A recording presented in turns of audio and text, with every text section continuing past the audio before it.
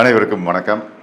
இந்த தலைப்பை பார்த்துட்டு பல பேருக்கு சந்தேகம் வந்துக்கலாம். எல்லாம் எம்ஜிஆர் மாநிலம் தானே விஜய் ஆட்சியை பிடிச்சாரு, கருணாநிதி வழியில் ஆட்சியை பிடிச்சாருன்னு எப்படி தலைப்பு பிடிச்சிருக்காரு அப்படின்னு சொல்லி சந்தேகம் வந்துருக்கலாம். ஆனால் உண்மை அதுதான். என்னென்னா, அதாவது திரைக்கவர்ச்சி அப்படிங்கிற ஒன்றை வச்சு எம்ஜிஆர் மாதிரி பாணியில் ஆட்சியை பிடிச்சாரு அப்படின்னு பல பேர் நினைக்கலாம். ஆனால் எம்ஜிஆர் ஆட்சியை பிடிச்சதுக்கு அந்த வெறும் திரைக்கவர்ச்சி மட்டும் காரணம் இல்லை, கருணாநிதி வழியில் வந்து தான் ஆட்சியை பிடிச்சாரு. அது என்னங்கிறது தான் அந்த காணொலியில் பேசலாம்னு இருக்கேன். அதாவது 67 காங்கிரஸ் ஆட்சியை வீழ்த்தி 20 ஆண்டு கால காங்கிரஸ் சுதந்திரத்துக்காக பாடுபட்ட காங்கிரஸ், காமராஜர் முதல்வராக இருந்து பல தொழிற்சாலைகள், எண்ணற்ற அணைகள், இப்போ எண்ணற்ற பள்ளிக்கூடங்கள், கல்லூரிகள் எல்லாம் கட்டி சாதனை புரிந்திருந்த காங்கிரஸ் கட்சி மக்களால் அகற்றப்பட்டு திமுக ஆட்சிக்கு வந்ததுக்கு ஒரு முக்கிய காரணம், நிறைய பேர் நினைக்கிற மாதிரி வெறும் இந்திய எதிர்ப்பு போராட்டம் அப்படின்னு சொல்லி நினைப்பாங்க. அதுவும் ஒரு காரணம் தான். ஆனால் உண்மையான அது மட்டுமே காரணம் அல்ல. கவர்ச்சியான வாக்குறுதி. அதாவது அந்த நேரத்தில் 67 பெரிய அரிசி பஞ்சம், உணவு பஞ்சம் ஏற்பட்டு வறட்சி, நாடு முழுக்க வறட்சி நிலவி பெரிய அரிசி பஞ்சம் ஏற்பட்டு அரிசி விலை பயங்கரமாக கூடியிருந்த நேரத்தில் கருணாநிதி என்ன பண்ணார், சரி இந்த இதில் கவர்ச்சியாக மக்கள்கிட்ட வாக்குறுதி கொடுத்தா மக்கள் வாக்களிப்பாங்க அப்படின்னு நம்பி தான் ரூபாய்க்கு 3 படி அரிசி கொடுக்காவிட்டால் முச்சந்தி நிற்பாட்டி சவுக்கால் அடி அப்படின்லாம் வசனம் பேசி மக்களும் சரி அந்த நேரத்தில் 4 ரூபா 5 ரூபா படி அரிசி விற்றுக்கிட்டு இருந்த நேரத்தில் ரூபாய்க்கு 3 படி அரிசினா 30 காசு தான் ஒரு படி அரிசி. அப்போ எவ்வளவு இதாக சொல்கிறாரு, அப்போ அவருக்கு வாக்களிப்போம் அப்படின்னு சொல்லி தான் வாக்களித்து திமுக ஆட்சிக்கு கொண்டு வந்தாங்க. அதே பாணியில் தான் 2வது எம்ஜிஆர் வந்து என்ன பண்ணார், படித்து முடித்து வேலை கிடைக்காத இளைஞர்களுக்கு மாதம் 50 ரூபாய் அரசு வந்து நிவாரணத் தொகையாக வழங்கும் அப்படின்னு சொல்லி அறிவித்தார். அதுக்கு அவனை அவர் ஒரு கண்டிஷனோடு வச்சுருந்தார், படித்து முடித்து எம்ப்ளாய்மெண்ட் எக்ஸ்சேஞ்சில் பதிவு செய்து 5 ஆண்டுகள் கழித்தும் வேலை கிடைக்காமல் இருக்கக்கூடிய இளைஞர்களுக்கெல்லாம் தரதா சொல்லி அறிவித்தார். அதுபடி கொடுக்க வச்சார். அதுவே வந்து இளைஞர்களுக்கு பெரிய ஒரு உந்துதலாச்சு. 50 ரூபா மாதங்கிறது அந்த நேரத்தில் ஒரு பெரிய விஷயம். ஏன்னா அடுத்த ஒரு போட்டித் தேர்வுக்கு தயாராகிறதுக்கோ அப்ளை பண்ணுறதுக்கோ எதுக்குமே பணம் இல்லாமல் அடுத்தவங்களை பெற்றோர்களை சார்ந்து இருக்க வேண்டிய சூழ்நிலைக்கு பதிலாக ஒரு 50 ரூபா கிடைச்சினா அவங்களே வந்து போட்டித் தேர்வு தயாராகிறதுக்கு எல்லாம் ஊக்கமாக இருந்துச்சு. அப்போ அவங்க வந்து பெருமளவில் இளைஞர்கள் வாக்களித்தாங்க. அதே மாதிரி ஒரு திட்டம் தான் விஜய் பண்ணது. அது விஜய் பண்ணாருன்னு நான் நம்ப மாட்டேன். விஜய்க்கு கொடுக்கப்பட்ட டைரக்ஷன் உனக்கு வந்து, அதுவும் குறிப்பாக சொல்ல வந்தால் பிப்ரவரி 21 வரைக்கும் விஜய்க்கு வந்து அந்த ட்ரெண்ட் இல்லை, விஜய் ஜெயிப்பதற்கான ட்ரெண்ட் இல்லை. விஜய்க்கு வந்து ஒரு 10% வாக்கு கிடைக்கிற மாதிரி தான் ட்ரெண்ட் இருந்துச்சு. அதனால தான் அவரே நம்பிக்கை இல்லாமல் தான் 2 தொகுதியில் போட்டிக்கிட்டார். 2லேயாவது 1வது ஜெயிச்சிடலாம் அப்படிங்கிற நம்பிக்கை இல்லை. அவருக்கு இருந்த மேலிடம் வந்து அவருக்கு திட்டம் கிளீனாக தயார் பண்ணி கொடுத்துட்டாங்க. அதுபடி தான் வாக்குறுதி கொடுத்தது. இந்த வாக்குறுதி வந்து இலவசத்துக்கு எதிராகவே பேசியிருந்த விஜய் எப்போ கொடுத்தாரு அப்படின்னா, பிப்ரவரி 21 நாம் தமிழர் கட்சி மாநாடு மிக சிறப்பாக பிரம்மாண்டமாக நடந்துச்சு திருச்சியில்.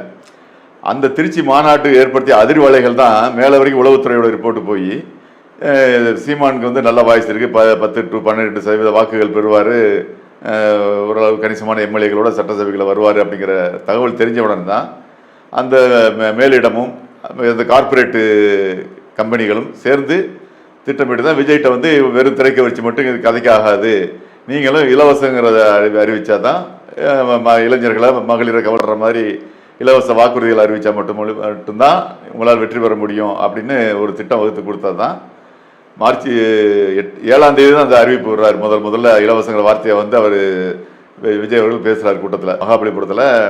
மறுநாள் பெண்கள் தினங்கிறதுனால ஒரு கூட்டம் போடுறாங்க. அந்த கூட்டத்தில் வச்சு தான் பெண்களுக்காக சில சலுகைகள் எல்லாம் அறிவிக்க போகிறாங்க. அடுத்த இதில் வாக்குறுதிகள் இன்னொன்று வரும் அப்படின்னு சொல்லிட்டு ஒரு 3 வாக்குறுதி மட்டும் அப்போ சொல்கிறார். பெண்களுக்கு வந்து மாதம் ரூபாய் 2500 உரிமை தொகை, இலவச பேருந்து, எங்கே வேணாலும் தமிழ்நாட்டில் எந்த ஊரில் வேணாலும் ஏறிக்கலாம், எந்த ஊரில் நம்ம இறங்கிக்கலாம், எங்கே வேணாலும் சுற்றிட்டு வர்றதுக்கு இலவச பேருந்து, அப்புறம் மாதம் 6 சிலிண்டர் பெண்களுக்காகன்னு சொல்லி அறிவிப்பை வெளியிடுறாரு மார்ச் 7ஆம் தேதி.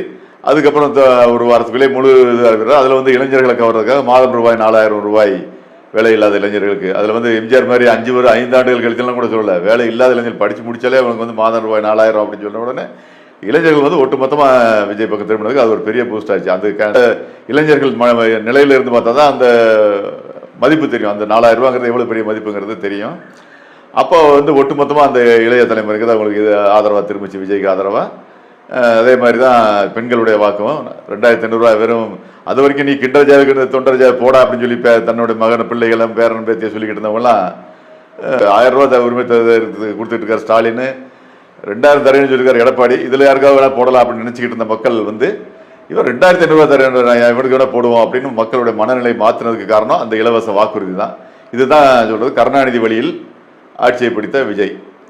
ரைட்டு, ஆட்சியை பிடிச்சிட்டாரு. கருணாநிதி வழியில் நாட்டை நாசமாக்குறாரு அப்படின்னா கருணாநிதி வந்து எப்படி நாசமாக்குனாரு? நிறையா செஞ்சிருக்காரு நாட்டை நாசமாக்குறது. காவிரி உரிமையை விட்டு கொடுத்தது, வழக்கை வாபஸ் பெற்றதுன்னு கருணாநிதி செஞ்ச துரோகம் பட்டியல் பெருசாக போகும்.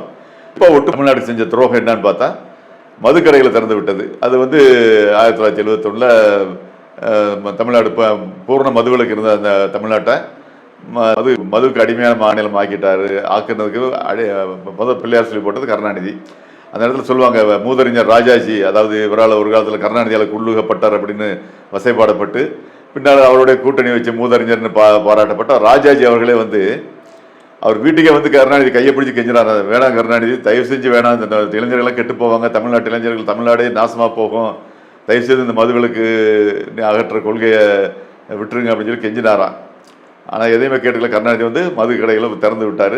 அதனுடைய பாதிப்பு இன்றைக்கி எந்த அளவுக்கு தமிழ்நாடு மதுவில் மூழ்கி கிடக்குங்கிறத பார்க்க முடியும்.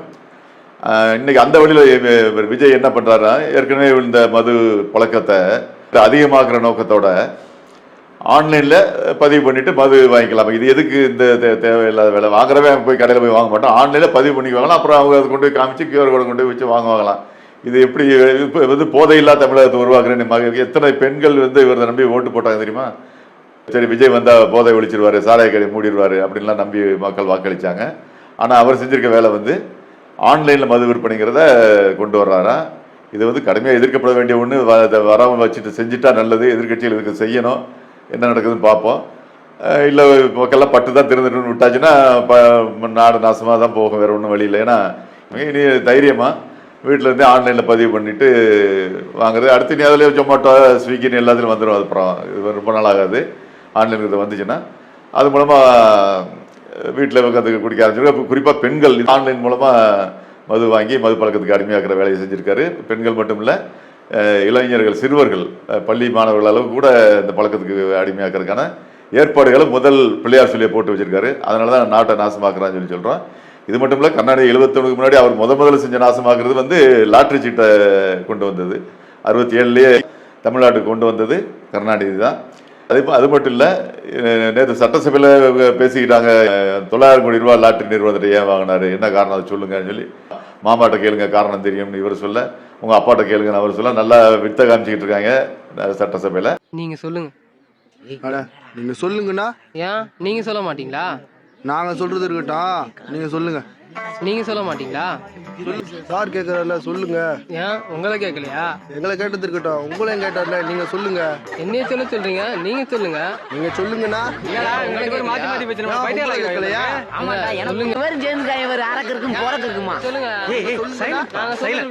சொல்லுங்க. நீங்க சொல்ல மாட்டீங்களா? நீங்க சொல்ல மாட்டீங்க. பெரிய அரசியல்வாதியா இருவீங்கடா. கேட்கலையா? நீங்க சொல்லுங்க. ஆனால் இவங்க நோக்கம் வந்து என்ன ஆகுது அப்படின்னா, 900 கோடி ரூபா வாங்கிட்டு என்ன செஞ்சுருப்பாங்க அப்படின்னு மக்கள் யூகத்துக்கு விட்டுடலாம். மறைமுகமாக இத்தனை நாள் ஒரு நம்பர் லாட்ரி, அது சுரண்டல் லாட்ரி, அப்படி இப்படிலாம் வந்து வேறு வேறு பேரில் லாட்ரி சீட்டு, குறிப்பாக lower middle class and lower கிளாஸை வந்து மக்களை வந்து ரொம்ப பாதிச்சிருக்கு. பல பேர் அந்த பழக்கத்துக்கு அடிமையாக இருக்காங்க. அது வந்து வெளியே சரியாக தெரியறது இல்லை. ஏன்னா அதில் திருட்டுத்தனமாக ரகசியமாக காவல்துறை அனுமதியோடய நடந்துக்கிட்டு இருக்கிறதுனால அது வந்து வெளியே சரியாக தெரியல. இனி இப்போ ஆதவர்ஜனாவே வந்திருக்காரு. இனி காலப்போக்கில் அதுக்கான இதையும் நம்ம எதிர்பார்க்கலாம். நாடு இந்த மாதிரி ஆள்கள் கையில் சிக்கிச்சுன்னா கண்டிப்பாக அதுதான்